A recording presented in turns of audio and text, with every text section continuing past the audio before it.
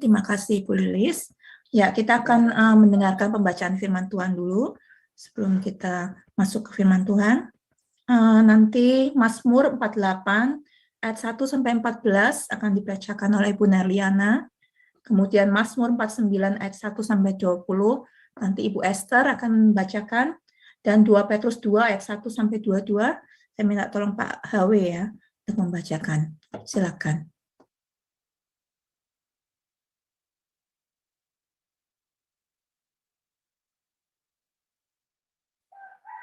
Baik, terima kasih Bu Ana. Shalom Bu Ana.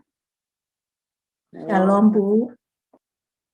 Shalom Bapak Ibu semua yang hadir di live Zoom maupun di live YouTube, dan juga yang akan nonton siaran ulang kita hari ini. Puji Tuhan, kembali kita membaca firman Tuhan dari kitab Mazmur, Mazmur 48 ayat 1 sampai 14. Demikian firman Tuhan. Nyanyian Mazmur Bani Korah. Besarlah Tuhan dan sangat terpuji di kota Allah kita. Gunungnya yang kudus, yang menjulang permai, adalah kegirangan bagi seluruh bumi. Gunung Sion itu jauh di sebelah utara, kota raja besar. Dalam puri-purinya, Allah memperkenalkan dirinya sebagai benteng. Sebab lihat, raja-raja datang berkumpul, mereka bersama-sama berjalan maju.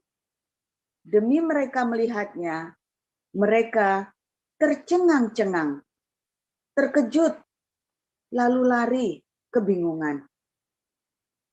Kegentaran menimpa mereka di sana.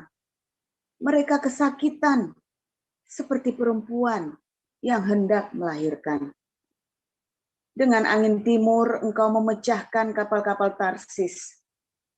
Seperti yang telah kita dengar, demikianlah juga kita lihat di kota Tuhan semesta alam, di kota Allah kita, Allah menegakkannya untuk selama-lamanya. Selah. Kami mengingat ya Allah kasih setiamu di dalam bait-Mu. Seperti namamu ya Allah, demikianlah kemasyuran-Mu sampai ke ujung bumi. Tangan kanan-Mu penuh dengan keadilan. Biarlah Gunung Sion bersuka cita. Biarlah anak-anak perempuan Yehuda bersorak-sorak oleh karena penghukuman-Mu. Kelilingilah Sion dan edarilah dia. Hitunglah menaranya. Perhatikanlah temboknya, jalanilah puri-purinya, supaya kamu dapat menceritakannya kepada angkatan yang kemudian. Demikian pembacaan firman.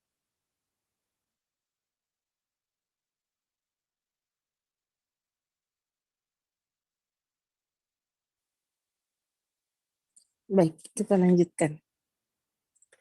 Mazmur 49, kebahagiaan yang sia-sia. Dengarlah hai bangsa-bangsa sekalian, pasanglah telinga, hai semua penduduk dunia, baik yang hina maupun yang mulia, baik yang kaya maupun yang miskin bersama-sama. Mulutku akan mengucapkan hikmat, dan yang direnungkan hatiku ialah pengertian. Aku akan menyendengkan telingaku kepada Amsal, akan mengutarakan peribahasaku dengan bermain kecapi. Mengapa aku takut pada hari-hari celaka, pada waktu aku dikepung oleh kejahatan pengejar-pengejarku? Mereka yang percaya akan harta bendanya, dan yang memegahkan diri dengan banyaknya kekayaan mereka. Tidak seorang pun dapat membebaskan dirinya atau memberikan tebusan kepada Allah ganti nyawanya. Karena terlalu mahal harganya, harga pembebasan nyawanya. Dan tidak memadai untuk selama-lamanya, supaya ia tetap hidup untuk seterusnya. Dan tidak melihat lubang kubur, sungguh akan dilihatnya orang-orang yang mempunyai hikmat mati. Orang-orang bodoh dan dungu pun binasa bersama-sama dan meninggalkan harta benda mereka untuk orang lain. Kubur mereka ialah rumah mereka untuk selama-lamanya. Tempat kediaman mereka turun-temurun. Mereka menganggap ladang-ladang milik mereka. Tetapi dengan segala kegemilangannya manusia tidak dapat bertahan. Ia boleh disamakan dengan hewan yang binasa. Inilah jalannya orang-orang yang percaya kepada dirinya sendiri.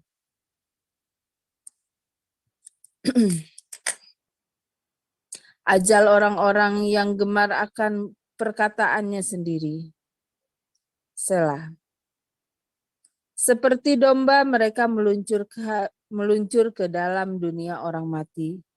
Digembalakan oleh maut, mereka turun langsung ke kubur. Perawakan mereka hancur. Dunia orang mati menjadi tempat kediaman mereka. Tetapi Allah akan membebaskan nyawaku dari cengkeraman dunia orang mati, sebab Ia akan menarik aku. Selah. Janganlah takut apabila seorang menjadi kaya, apabila kemuliaan keluarganya bertambah. Sebab pada waktu matinya semuanya itu akan dibawanya serta kemuliaannya tidak akan turun mengikuti dia. Sekalipun ia dianggap dirinya berbahagia pada masa hidupnya, sekalipun orang yang menyanjungnya karena ia berbuat baik terhadap dirinya sendiri. Namun ia akan sampai kepada angkatan nenek moyangnya yang tidak akan melihat terang untuk seterusnya. Namun manusia yang dengan segala kegemilangannya tidak mempunyai pengertian, boleh disamakan dengan hewan yang dibinasakan. Amin. Saya lanjutkan. Bagaimana nabi-nabi palsu dahulu tampil di tengah-tengah umat Allah, demikian pula di antara kamu akan ada guru-guru palsu. Mereka akan memasukkan pengajar-pengajar sesat yang membinasakan. Bahkan mereka akan menyangkal penguasa yang telah menebus mereka dan dengan jalan demikian segera mendatangkan kebinasaan atas diri mereka. Banyak orang akan mengikuti cara hidup mereka yang dikuasai hawa nafsu. Dan karena mereka jalan kebenaran akan dihujat. Dan karena serakahnya guru-guru palsu itu akan berusaha mencari untung dari kamu dengan cerita-cerita isapan jempol mereka. Tetapi untuk perbuatan mereka itu hukuman telah lama tersedia dan kebinasaan tidak akan tertunda. Sebab jikalau Allah tidak menyayangkan malaikat-malaikat yang berbuat dosa, tetapi melemparkan mereka ke dalam neraka dan dengan demikian menyerahkannya ke dalam gua-gua yang gelap untuk menyimpan mereka sampai hari penghakiman. Dan jika Allah tidak menyayangkan dunia purba, tetapi hanya menyelamatkan Nuh, pemberita kebenaran itu dengan 7 orang lain. Ketika ia mendatangkan air bah atas dunia orang-orang yang fasik. Dan jikalau Allah membinasakan kota Sodom dan Gomora dengan api, dan dengan demikian memusnahkannya dan menjadikannya suatu peringatan untuk mereka yang hidup fasik di masa-masa kemudian. Tetapi ia menyelamatkan Lot, orang yang benar yang terus-menerus menderita oleh cara hidup orang-orang yang tak mengenal hukum dan yang hanya mengikuti hawa nafsu mereka saja. Sebab orang benar ini tinggal di tengah-tengah mereka dan setiap hari melihat dan mendengar perbuatan-perbuatan mereka yang jahat itu. Sehingga jiwanya yang benar itu tersiksa. Maka nyata bahwa Tuhan tahu menyelamatkan orang-orang saleh dari pencobaan dan tahu menyimpan orang-orang jahat untuk disiksa pada hari penghakiman. Terutama mereka yang menuruti hawa nafsunya, karena ingin mencemarkan diri dan menghina pemerintah Allah. Mereka begitu berani dan angkuh sehingga tidak segan-segan menghujat kemuliaan. Padahal malaikat-malaikat sendiri yang sekalipun lebih kuat dan lebih berkuasa daripada mereka, tidak memakai kata-kata hujat. Kalau malaikat-malaikat menuntut hukum atas mereka di hadapan Allah. Tetapi mereka itu sama dengan hewan yang tidak berakal, sama dengan binatang yang hanya dilahirkan untuk ditangkap dan dimusnahkan. Mereka menghujat apa yang tidak mereka ketahui, sehingga oleh perbuatan mereka yang jahat, mereka sendiri akan binasa seperti binatang liar. Dan akan mengalami nasib yang buruk sebagai upah kejahatan mereka. Berfoya-foya pada siang hari, mereka anggap kenikmatan mereka adalah kotoran dan noda. Yang mabuk dalam hawa nafsu mereka, dan kalau mereka duduk makan minum bersama-sama dengan kamu. Mata mereka penuh penafsu jina dan mereka tidak pernah jemu berbuat dosa. Mereka memikat orang-orang yang lemah, hati mereka telah terlatih dalam keserakahan. Mereka adalah orang-orang yang terkutuk, oleh karena mereka telah meninggalkan jalan yang benar. Maka tersesatlah mereka lalu mengikuti jalan Biliam, anak Beor, yang suka menerima upah untuk perbuatan-perbuatan yang jahat. Tetapi Biliam beroleh peringatan keras untuk kejahatannya, sebab keledai beban yang bisu berbicara dengan suara manusia dan mencegah kebebalan nabi itu. Guru-guru palsu itu adalah seperti mata air yang kering, seperti kabut yang dihalaukan taufan. Bagi mereka telah tersedia tempat dalam kegelapan yang paling dahsyat. Mereka mengucapkan kata-kata yang congkak dan hampa dan mempergunakan hawa nafsu cabul untuk memikat orang-orang yang baru saja melepaskan diri dari mereka yang hidup dalam kesesatan. Mereka menjanjikan kemerdekaan kepada orang lain, padahal mereka sendiri adalah hamba-hamba kebinasaan. Karena siapa yang dikalahkan orang ia adalah hamba orang itu.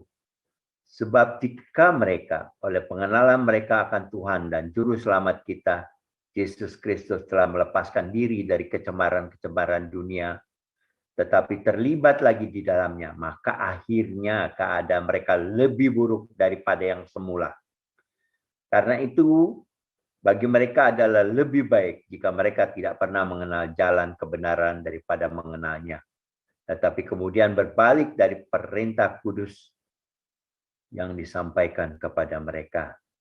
Bagi mereka cocok apa yang dikatakan peribahasa yang benar ini. Anjing kembali lagi ke muntahnya, dan babi yang mandi kembali lagi ke kubangannya. Demikian firman Tuhan. Amin. Amin. Terima kasih para lektors. Kita akan mendengarkan firman Tuhan pagi ini, judulnya The Peace ya. Silakan Pastor Paul Sam. Iya, haleluya.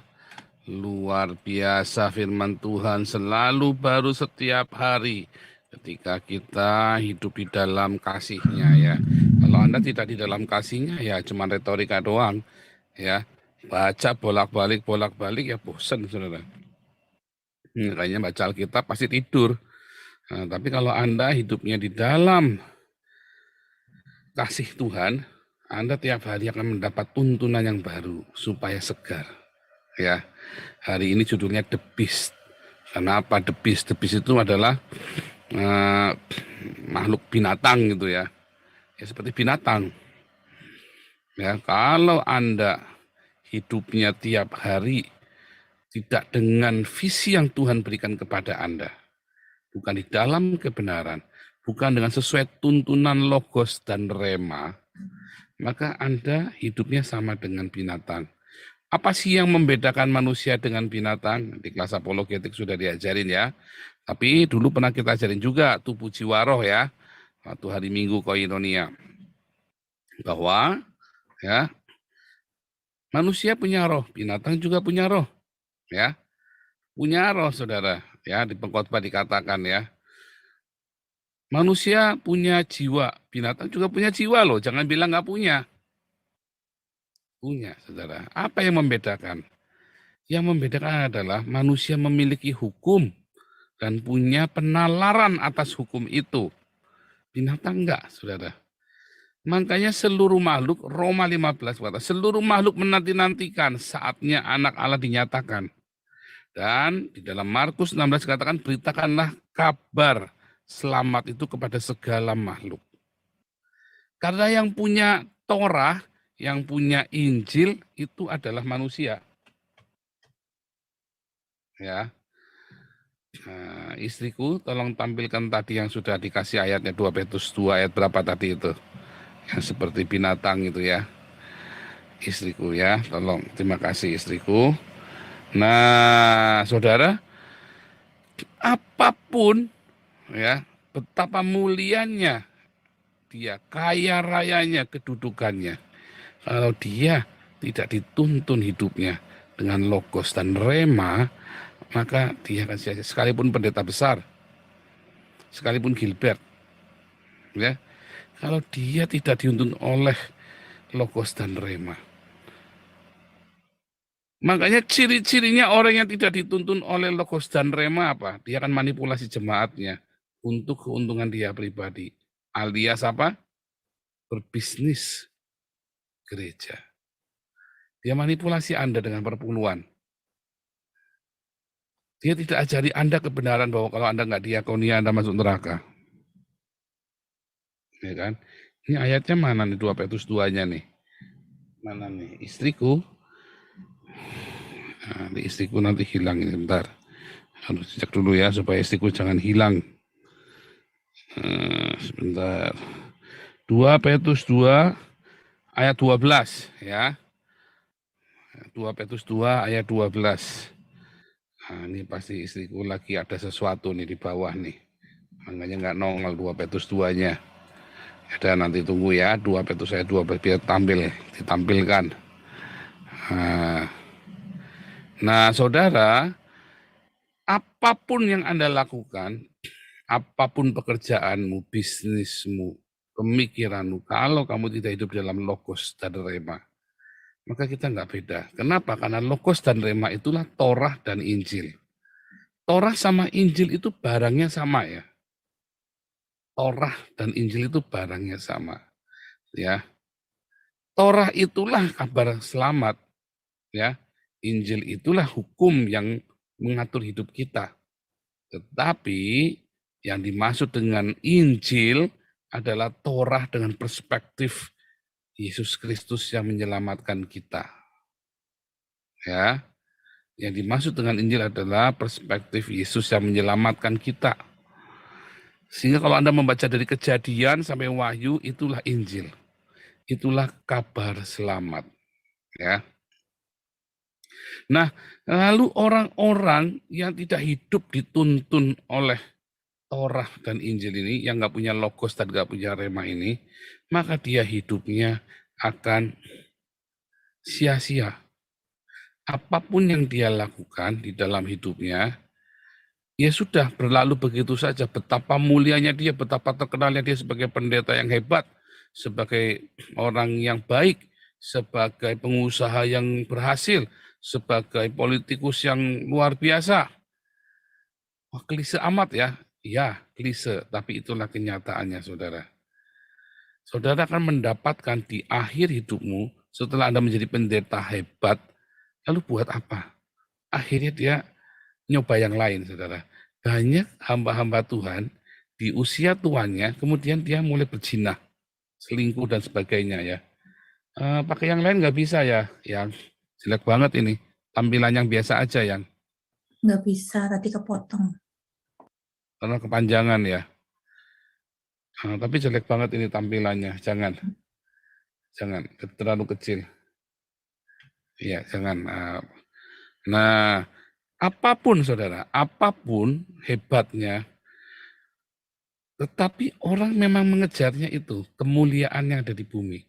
Makanya nggak heran ada ahli Taurat, orang-orang Farisi itu saudara, Ya, ahli Taurat dan orang-orang Farisi itu mereka nggak bisa mereka percaya Yesus, tapi mereka tidak mau mengakuinya karena dikatakan mereka lebih takut pada hormat, mereka lebih cinta hormat manusia daripada lebih takut akan Allah. Ya, orang-orang Farisi Taurat itu banyak yang percaya ya, mereka tahu, mereka ngerti Alkitab, tapi mereka tidak mau. Karena apa? Hidup mereka pendek. Di zaman itu pengajaran zaman itu ya, ada perdebatan yang sengit, apakah ada kehidupan setelah kematian? Apalagi orang-orang Saduki ini adalah orang yang berpengaruh ya, bukan orang-orang cekereme ya. Orang-orang Saduki ini orang-orang yang sangat rasional, saudara. Nggak ada kehidupan setelah kematian, dia bilang. Nanti kalau gitu ada orang kawin di surga nanti ada 7 suaminya, istri seorang perempuan kawin yang pertama, yang kedua mati semua kan. Lalu apakah nanti kehidupan setelah kematian 7-7 sama dia semua? Itu sangat rasional ya mereka itu, orang-orang Saduki ini. Dan orang-orang Farisi banyak ya udah dia tahu Yesus itu Mesias, tetapi buat dia Mesias itu yang akan menyelamatkan Israel. Udah titik sampai di situ. Dia tidak berpikir kehidupan setelah kematian.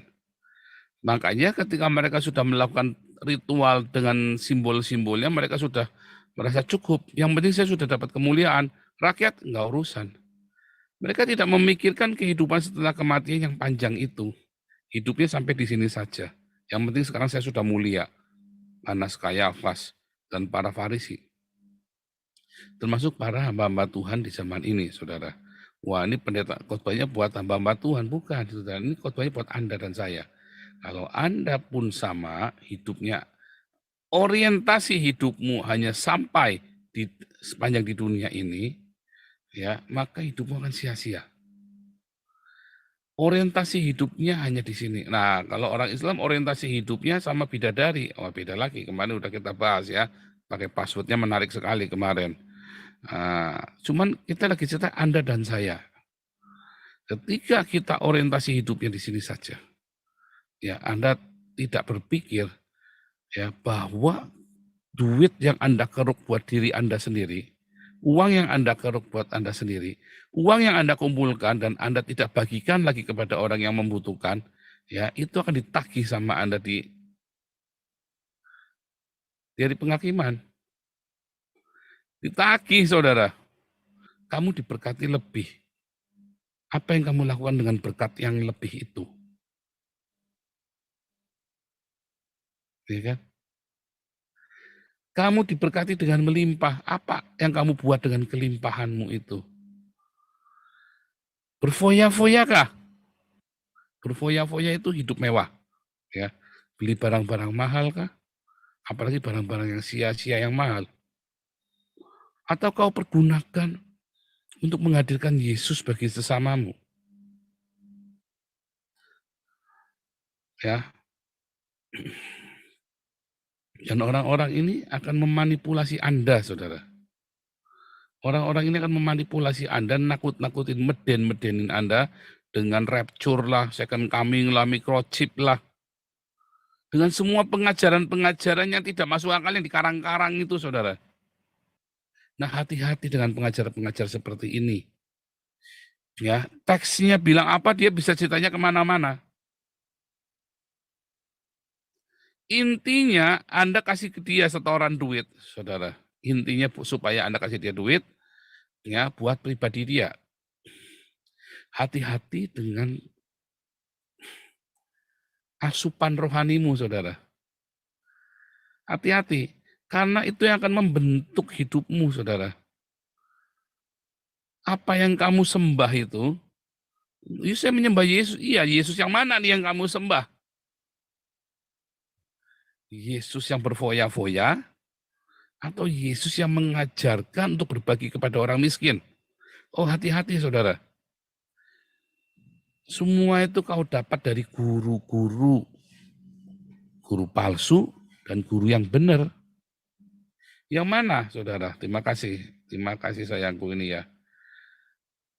Karena orang-orang yang hidupnya berfoya-foya, orang yang hidupnya di dalam kepalsuan, ya, mereka itu sama seperti hewan yang tidak berakal. Ya, tidak berakal. nggak punya nalar, saudara. Dia tahu di sekelilingnya banyak orang miskin, dia pakai mobil mewah. Itu nggak pakai nalar namanya. Ya kan? Asu rakatokan. Ya kan? Asu rakatokan, nggak pakai nalar dia. Dia bisa birahi, saudara. Tapi dia kemana-mana nggak pakai nalar. Oh, pintar, smart, ya, tetapi beda dengan nalar, saudara. Banyak orang-orang IQ-nya 140, 150, saudara. Tapi kemana-mana dia cuma pakai cawat. Bisa nggak? Bisa. Saya, teman papa saya ada yang begitu ya, wah bahasa Inggrisnya cacisu, saudara. IQ-nya tinggi, saudara. Dia bisa lari telanjang di pinggir jalan. Bisa lari telanjang di pinggir jalan, saudara. IQ-nya 140. Tapi dia ada sosiopatnya itu loh. Nalar itu beda, ya. Nah, sama hewannya enggak. Kalau Anda hidup di tengah masyarakat yang miskin, lalu gereja Anda, gedung gereja Anda itu begitu megahnya, itu namanya enggak pakai nalar, saudara. Anda punya rumah yang megah, yang mewah, di tengah-tengah masyarakat miskin, itu namanya enggak pakai nalar, saudara. Anda pakai barang-barang mewah, sementara Anda lihat di sekolahmu, anak Anda pakai barang mewah ya, di sekolahmu teman-temannya kelasnya sepatunya cuma sepatu bata, misalnya ya. Itu namanya nggak pakai nalar, saudara. Saya dulu pernah cerita ya, di Eropa ini pernah ada orang kaya yang sampai nggak tahan, karena dirasani sama orang, sama wartawan. Akhirnya dia pindah ke Amerika, supaya dia bisa bergaya hidup mewah. Dia nggak tahan, ini orang kaya sekali. Nah, ini orang nggak pakai nalar, saudara. Tapi dia punya nalar sedikit, dia tahu di Eropa nggak bisa begitu. Anda tidak bisa ya. Di lingkungan rumah kami, Anda kalau pakai barang mewah bisa dirasani, saudara. Orang sini baik-baik ya. Kalau saya pakai mobil itu orang pada kaget semua. Ini orang baru tinggal di sini sudah pakai ini, pakai itu. Punya SIM nggak? Ya punya tuh ya. Gimana sih, saya nggak mungkin setir mobil nggak pakai SIM. Ditanyain sampai ditanya, kok punya SIM? Ya punya. Belajar. Kalau orang-orang lain pada nggak mau belajar, saya mau belajar. Karena saya pakai nalar. Saya nggak mau melanggar hukum.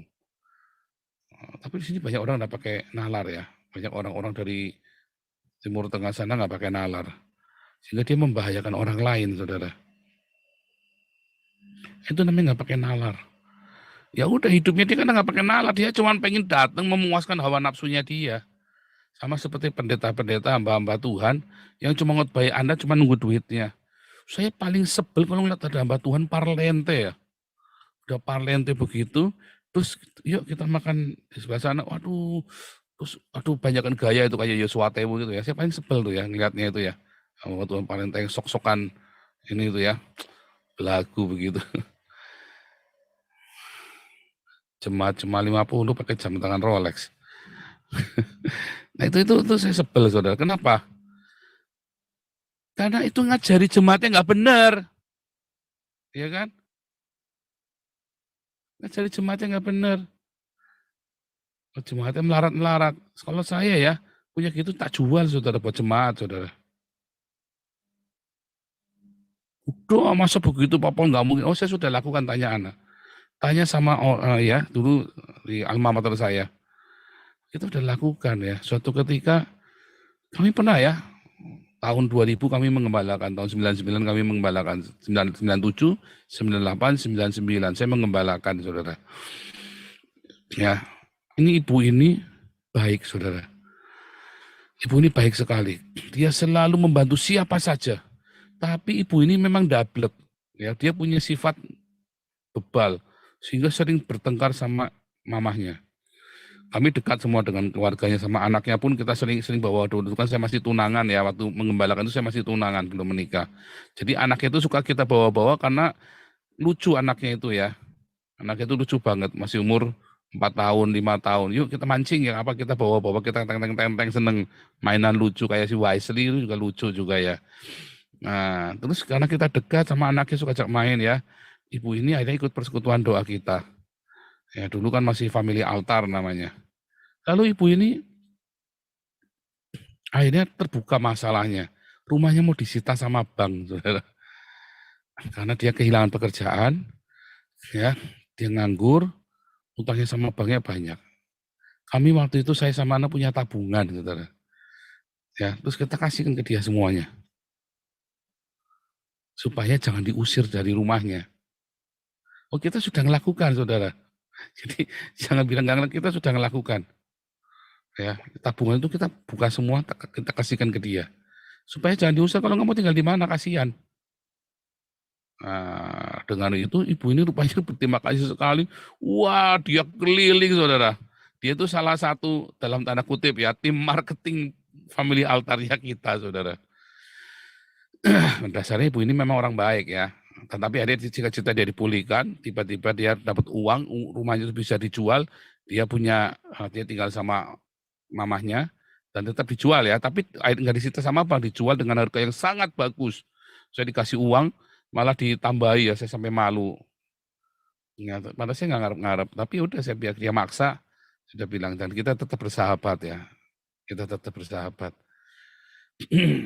Dan ini tetap jadi dalam tanda kutip jadi marketingnya, kita ngenalin kita ke kampung-kampung gitu ya, karena ibu ini banyak masanya, ternyata banyak ibu ini akhirnya ikut semua. Ada yang kita tuju oma-oma ini, kita bisa jadi 200 lebih ya waktu itu ya, dalam setahun ya, sisi 200 lebih persekutuan doa kita, saudara.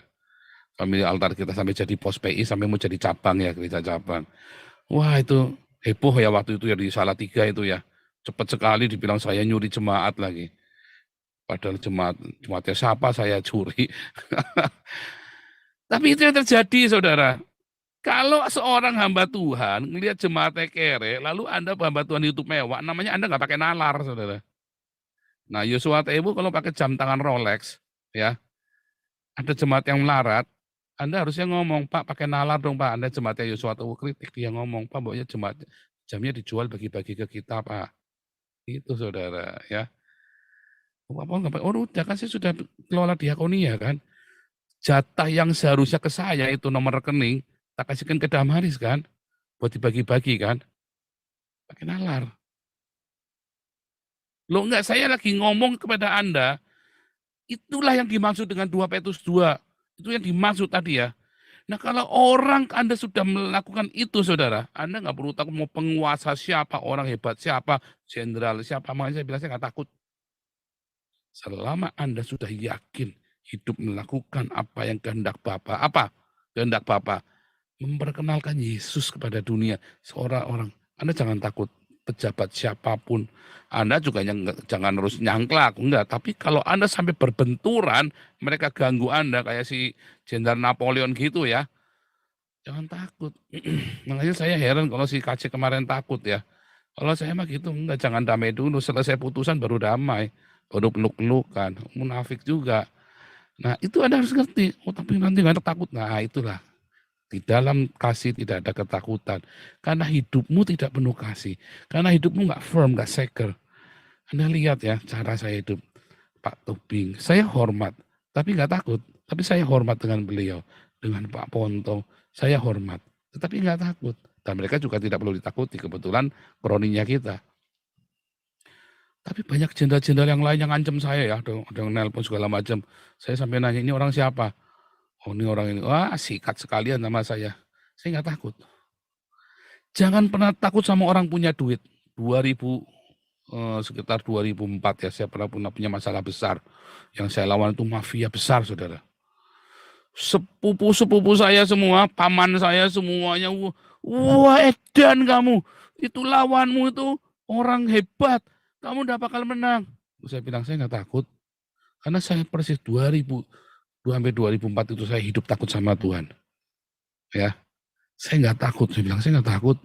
Wah benar, saudara. So dikuya-kuya, saudara. Dikuya-kuya. Wah habis-habisan. Tetapi saya menang. Wah menang, saudara. Lawan saya itu orang hebat sekali. Menang, saudara. Pokoknya menang, intinya menang. Apa yang terjadi? Habis saya menang, 3 bulan kemudian dia yang masuk gentian, saudara. Enggak kira-kira. Ya, 14 tahun. 14 tahun. Nah, itu enggak kira-kira, saudara. Saya enggak takut pokoknya. Siapa yang bisa yang nyangka mau ngantem saya malah kesandung sendiri. Nah, itu. Kalau orang hidupnya takut akan Tuhan, saya nggak tahu bagaimana dengan kondisi Anda. Saya nggak ngajari Anda untuk jadi pembangkang dan sok-sokan. Nggak usah nantang-nantang, nggak usah. Ini kan gayanya saya, stylenya. Tetapi kalau Anda hari ini ada hidup di dalam tekanan, Anda berbenturan dengan orang kaya atau pejabat, atau dengan siapapun, kalau Anda hidup takut akan Tuhan, dan hidup di dalam destinimu, nggak perlu takut, saudara. Kan saya sudah ngasih contoh kepada Anda, ya, nggak perlu takut. Saya sudah kasih contoh, waktu saya masih berbisnis, waktu saya masih di hamba Tuhan, dan sekarang. Anda tidak perlu main sogok sana, sogok sini yang tidak karu-karuan, sehingga Anda habis-habisan, tidak perlu, saudara. Anda cukup hidup takut akan Tuhan. Anda tidak perlu takut dengan orang yang mengandalkan hartanya dan kekuasaannya. Tetapi kalau Anda tidak pernah berdiakonia, bermarturia, ya takut, silakan takut. Artinya Anda nggak punya kasih. Wah, siap-siap saja, mereka akan menjadi penagih hutang bagimu. Akan menjadi penagih hutang bagimu orang-orang ini. Orang-orang kaya, orang berkuasa ini akan porotin hidupmu, saudara. Nah, Anda yang belum pernah berbenturan, tapi Anda belum berdiakonia, bermarturia, ya, Anda lakukan dulu. Jangan sampai nanti ditagih sama iblis. Iblis itu adalah debt kolektormu, saudara. Ya, kalau Anda tidak bermarturia, menjadi saksi dalam hidupmu, jadi berkat dalam hidupmu, ya, dalam perkataanmu, dalam perbuatanmu jadi berkat. Mengasihi, mengampuni, memberkati.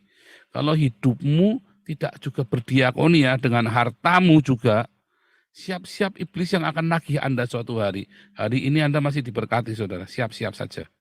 Tetapi kalau Anda sudah melakukan itu, ya, melakukan semuanya itu, dan Anda sedang menghadapi para debt collector ini, ya, dalam tanda kutip ya, maksudnya iblis ya, pejabat lah, Napoleon Bonaparte lah, siapalah, jangan pernah takut, jangan mundur sedetik pun, jangan mundur, saudara. Oh, saya udah ngalamin, sampai Kapolresnya nanyain saya, kamu enggak takut? Enggak. Dengan polosnya saya bilang enggak. Saya ketemu orangnya, saudara, tak tunjuk mukanya, saudara. Dia datengin kamu ngeledek saya gitu kan, enak ya, dalamnya gini ya, rasain kamu. Saya bilang, ini orang siapa? Tak samperin, saudara, tak tunjuk mukanya, saya nggak takut sama kamu. Tuhan saya, Tuhan semesta alam. Saya bilang begitu ya, saya nggak takut sama kamu, Tuhan akan bela saya. Wah, beneran, saudara. Saksinya mertua saya, saksinya saudara sepupu saya. Ya karena ada sepupu saya di situ ya, bukan mertua saya, sepupu saya maksudnya ya. Waktu itu sepupu saya dari situ soalnya. Sampai kaget sepupu saya, edan kamu, ditunjuk mukanya. Ya memang saya nggak takut kok. Saya bilang gitu ya. Karena waktu itu saya hidup takut Tuhan, dan saya benar-benar ya dikerjain. Saya puasa 40 hari 40 malam. Menang, saudara. Saya puasa 40 hari 40 malam waktu itu ya. Menang, saudara. Selama Anda hidup takut akan Tuhan, bermarturia, berdiakonia, Anda tidak akan menjadi domba, tidak akan menjadi binatang yang sia-sia disembelih. Tidak akan. Bahkan kalau Anda harus mati pun matimu nggak akan sia-sia. Tidak akan, saudara. Kecuali Anda jadi martir. Jadi martir bagi Tuhan Yesus ya, itu cerita perkara beda, saudara. Jadikan obor gitu ya. Oh, itu perkara beda. Tetapi kalau di dalam perkara sehari-hari, Anda tahu Anda hidup benar, Anda tahu Anda sudah bermarturia, berdiakonia, dan hidup dalam kekudusan, saya bilang sama anak saya, jangan pernah takut. Anak saya pun tak ajari, jangan takut. Kamu yakin kamu hidup kudus? Kamu yakin kamu sudah bermarturia, berdiakonia dengan tulus, dengan benar, cara yang benar, ketika kamu bersenggolan sama orang-orang tertentu, jangan pernah takut. Tuhan bisa buka jalan bagimu. Bahkan kamu sudah di dalam penjara aja bisa pulang kamu. Di dalam penjara aja kamu bisa menang, bisa pulang loh, saudara. Serius. Wah, itu kita udah ngalami, udah di dalam aja bisa pulang. Ya. Oh, saya nggak main-main ya, yang saya ngomong ini ya. Hari ini mungkin Anda ada yang mengalami. Makanya saya bilang, diakonia itu trigger dari segala berkatmu. Ya, marturia, mengasihi, mengampuni, memberkati. Mungkin belum rema buat Anda, tapi Anda ngerti, tapi belum rema, baru ngerti doang. Tapi kan Anda bisa melakukannya kan, semudah itu. Iya, tapi ya terserah. Saya sudah melewatinya dan saya sudah tanya beberapa orang yang sama dengan saya yang melewatinya. Makanya orang-orang kayak saya ini Anda paling sulit tuh. Makanya pendeta-pendeta itu pada sebel sama saya karena nggak bisa diatur. Enak aja kamu ngatur sama saya, bayari kagak. Kita hidup sendiri di sini. Ya kan mau ngatur-ngatur saya lagi kamu, enak aja kamu. Dan saya tidak hidup dari orang Indonesia yang ada di Eropa kan, nggak ngemis-ngemis kan. Berkat Tuhan yang membuat saya jadi kan. Enak kan kalau begitu kan, coba bandingkan dengan Saifuddin. Nggak enak hidupnya dikendalikan orang. Kalau saya hidupnya bebas merdeka. Tuhan bilang apa tak lakukan, terus pokoknya nggak ada remnya. Enak loh hidup kayak gitu, saudara. Ya kan, Anda iri, ya irilah. Nggak ada remnya. Siapa yang mau menghentikan saya? Hanya kalau Tuhan bilang stop, saya baru stop. Tuhan bilang terus, tak bablasin. Saya nggak bisa dipengaruhi oleh manusia manapun, nggak bisa. Enak hidup begitu merdeka, itulah kemerdekaan sejati di dalam Tuhan. Anda nggak bisa beli saya, ya kan? Nggak bisa beli saya. Bahkan Anda yang biasa nyumbang saya pun, kalau Anda menasihati saya, kalau saya lihat ini dari Tuhan, saya lakukan. Kalau nggak bilang ini bukan dari Tuhan, saya bablasin tetap, nggak urusan. Beneran. Karena berkat Tuhan itu ya yang membuat saya hidupnya dituntun di sini, membawa suara kenabian bagimu. Tetapi itu juga buat Anda. Makanya jangan pernah kompromi dengan dosa, saudara. Ya, tetap jaga hidupmu dalam kekudusan dan dalam itulah ibadahmu yang sejati. Ya, jaga kekudusan dan berdiakonia senantiasa dan terus ampuni, berkati terus. Kalau Anda lagi nggak ada masalah, bagus. Tapi terus lakukan dengan setia. Kalau Anda lagi masuk masalah, lakukan dengan lebih hebat lagi. Ya, itu semua akan nyingkir. Anda tidak perlu takut. Tapi kalau Anda hidupnya kebalikannya, Anda akan seperti binatang yang masuk tempat sembelihan, saudara. Habis Anda. Habis. Dan jauhilah orang-orang yang ngajari, guru-guru palsu ini yang ngajari Anda hidup berfoya-foya, mengajarkan Anda hidup dalam kemewahan. Hindari orang-orang ini. Jangan teladani pendeta-pendeta ini, Anda minggir. Kalau Anda lihat tiap hari, lama-lama kepengin, saudara. Tinggalkan, hindari. Ya, Anda masuk. Carilah hamba-hamba Tuhan yang hidupnya sederhana. Walaupun dia diberkati luar biasa. Ya, kayak Pak Daniel Alexander. Jadi sederhana, kumpulnya sama gitu loh kalau di Indonesia kamu. Kalau di sini kumpulnya sama saya. Ya. Ya kan, kumpulnya begitu ya, sama hamba Tuhan yang sederhana. Ya, kalau dulu gembala senior saya dulu sederhana hidupnya ya. Ketua sinode kami itu yang di Indonesia juga hidupnya sederhana. Cuman mereka berdua tidak mau disebut namanya, ya udah repot ya kan. Saya nggak bisa rekomendasikan Anda ke mereka. Tapi saya punya contoh-contoh teladan yang luar biasa, ya. Nah, ya udah, Pak Daniel Alexander saja yang mau berani. Ya contohnya Pak Daniel Alexander. Anda bisa mengikuti teladan beliau, ya. Dan teladanilah saya, seperti saya meneladani Kristus. Jangan deket-deket sama pendeta-pendeta yang glamor, saudara. Sungguh nanti Anda akan seperti binatang yang sia-sia, nggak punya nalar di tengah masyarakat Indonesia yang miskin. Anda hamba Tuhan, ngaku hamba Tuhan, malah bergaya hidup mewah. Itu namanya nggak pakai nalar, ya. Nah, berfoya-foya di siang hari bolong itu ya, bergaya hidup mewah itu loh. Jangan, saudara. Oke, Tuhan Yesus memberkati. Amin.